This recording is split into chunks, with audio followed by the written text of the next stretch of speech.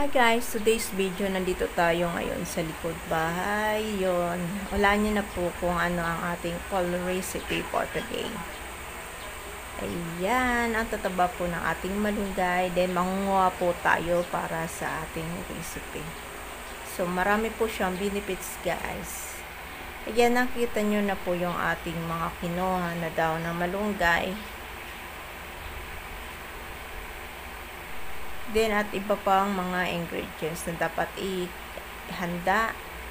Yan po ang importante, yung daon ng malunggay, kamatis, sibuyas, at sardines.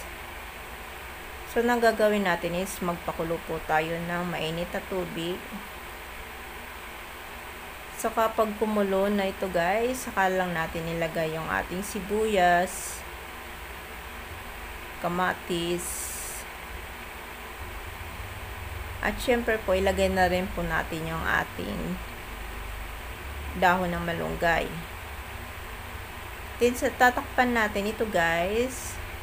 Since yung dahon ng malunggay po is madali lang po ito maluto. So, open natin siya.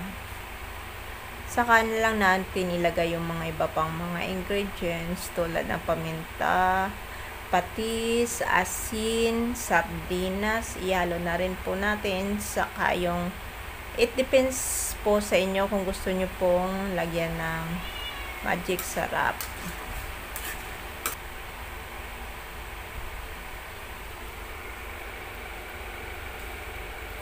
So yan guys, nakita nyo naman po, luto na siya, mabilis lang po maluto yung daon ng malunggay.